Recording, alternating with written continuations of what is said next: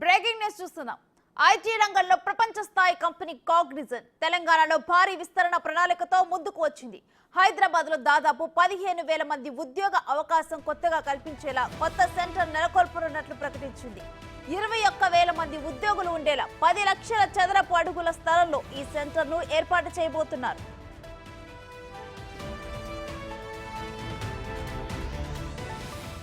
America పర్యటనలో ఉన్న ముఖ్యమంత్రి రేవంత్ రెడ్డి ఐటీ శాఖ మంత్రి శ్రీధర్ బాబుతో కాగ్నిజెంట్ సీఈఓ రవికుమార్ కంపెనీ ప్రతినిధి బృందం సమావేశమయ్యారు. ఈ సందర్భంగా జరిగిన చర్చల సందర్భంగా ఈ ఒప్పందం జరిగింది. గత ఏడాది ముఖ్యమంత్రి బృందం దావోస్ పర్యటన సందర్భంగానే ఈ ఒప్పందానికి పునాదులు పడ్డాయి.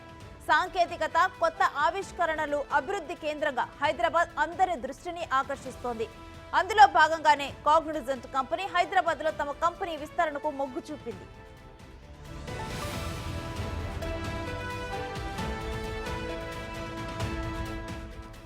ఐటీ రంగానికి మరింత అనుకూలమైన వాతావరణం కల్పించేందుకు తమ ప్రభుత్వం కృత నిశ్చయంతో ఉందని ముఖ్యమంత్రి రేవంత్ రెడ్డి ఈ సందర్భంగా తెలిపారు. కాగ్నిజెంట్ కంపెనీ కొత్త సెంటర్ ఏర్పాటుతో ప్రపంచ టెక్నాలజీ కంపెనీలన్నీ హైదరాబాద్ ని తమ ప్రధాన గమ్యస్థానంగా ఎంచుకుంటాయని అభిప్రాయపడ్డారు. కాగ్నిజెంట్ కంపెనీకి తమ ప్రభుత్వం తగిన సహాయ సహకారాలు అందిస్తుందని ప్రకటించారు. కొత్త సెంటర్ ఏర్పాటుతో వేలాది మంది యువతకు ఉద్యోగాలతో పాటు రాష్ట్ర ఆర్థిక వ్యవస్థపై సానుకూల ప్రభావం ఉంటుందని అన్నారు.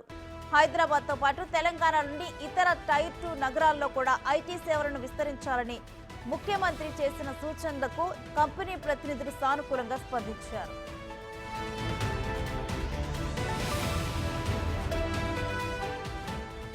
టెక్నాలజీ ఇన్నోవేషన్ హబ్ గా సత్తా చాటుకుంటున్న హైదరాబాద్ లో తమ కంపెనీ విస్తరించడం సంతోషంగా ఉందని కాగ్నిజెంట్ సీఈఓ ఎస్ రవికుమార్ అన్నారు. హైదరాబాద్ లో నెలకొల్పే కొత్త సెంటర్ ప్రపంచవ్యాప్తంగా ఉన్న తమ క్లయింట్లకు మెరుగైన సేవలు అందించేందుకు ఉపయోగపడుతోందన్నారు. ఐటీ సేవలతో పాటు కన్సల్టింగ్ లో అత్యాధునిక పరిష్కారాలను అందిస్తుందని చెప్పారు. Artificial intelligence, machine learning, digital engineering, cloud solutions తో సహా అధునాతన సాంకేతికతలపై కొత్త కేంద్రం ప్రత్యేకంగా దృష్టి సారిస్తుందని తెలిపారు.